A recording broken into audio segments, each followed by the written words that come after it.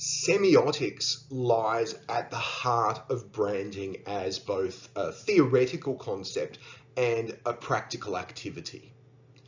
According to Roland Barthes, that rather suave-looking Frenchman on your right, who is one of the founders of semiotics, Barthes argues a product is not perceived as a product. So we are not necessarily concerned with what it does, but rather with its place within the sign system or the connotative meaning.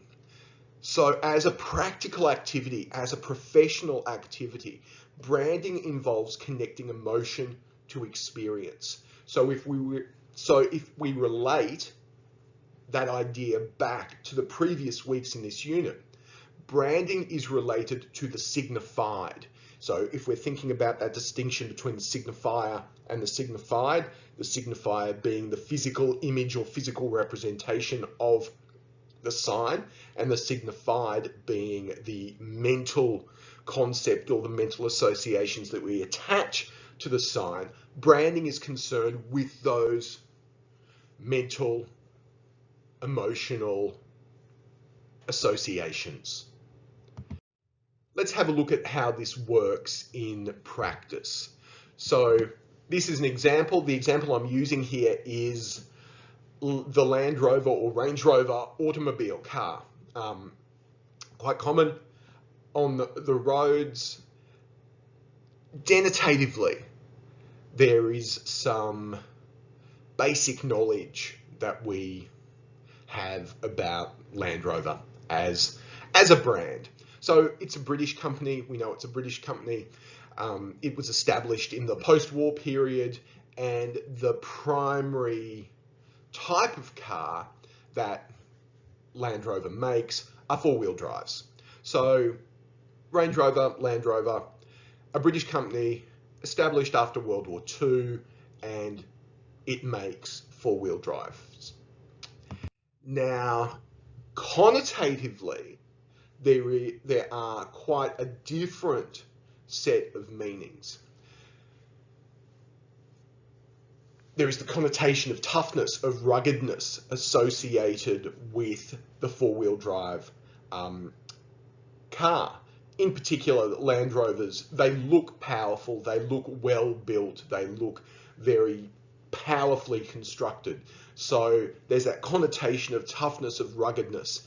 And flowing on from that, even though we do see them driving around lots on Brisbane streets, their primary use is on the farm in rough, rugged working conditions.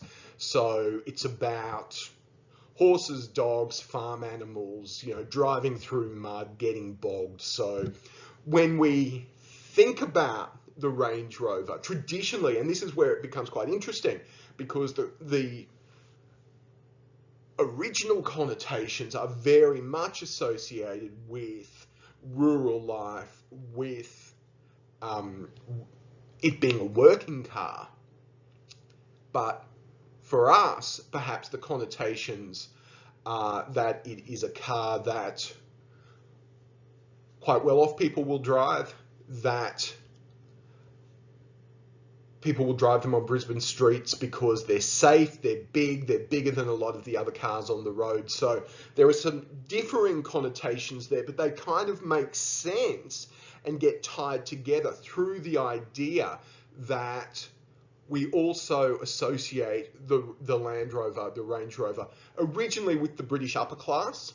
So these are expensive cars. They're also a car associated with the British royal family, and that connotation gets carried over to the type of person who we might see driving a Range Rover or a Land Rover around on the street every day. We would see someone in a Range Rover and automatically think that they are quite well off financially, that they've got money to spend on a prestige four-wheel drive, and they're demonstrating that wealth as well as an affinity with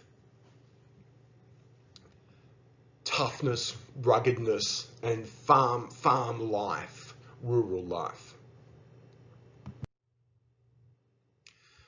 We can drill down into some of the specific features of the Land Rover and see how those connotations get developed. And the one I want to focus on here are the side air vents in the car, which are one of the design features of Land Rovers. Now, they exist really to just sort of, in a practical sense, to kind of help cool the engine down.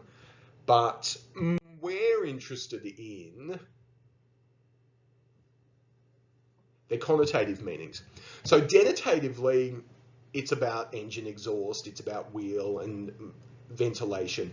But connotatively, those side air vents help support all the meanings that we've previously mentioned around sportiness, performance, ruggedness, and toughness.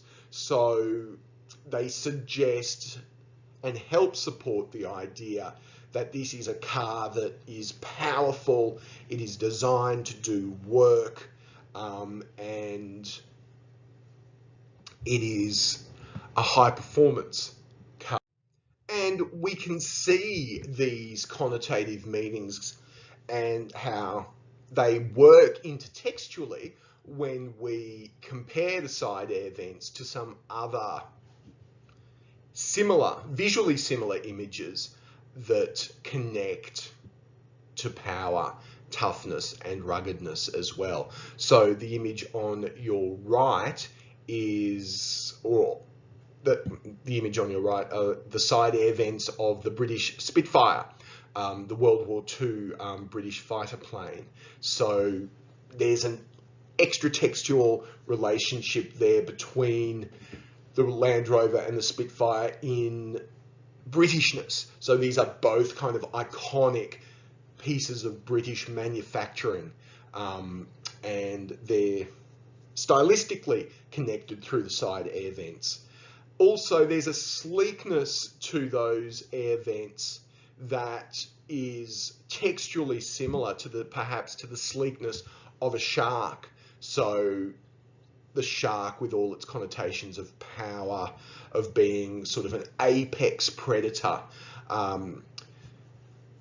get attached perhaps to the sleekness of the Land Rover as well. So semiotically, and in terms of connotative meaning, these side air vents, which are really quite realistically quite a small design feature on the car, actually carry quite a bit of connotative weight.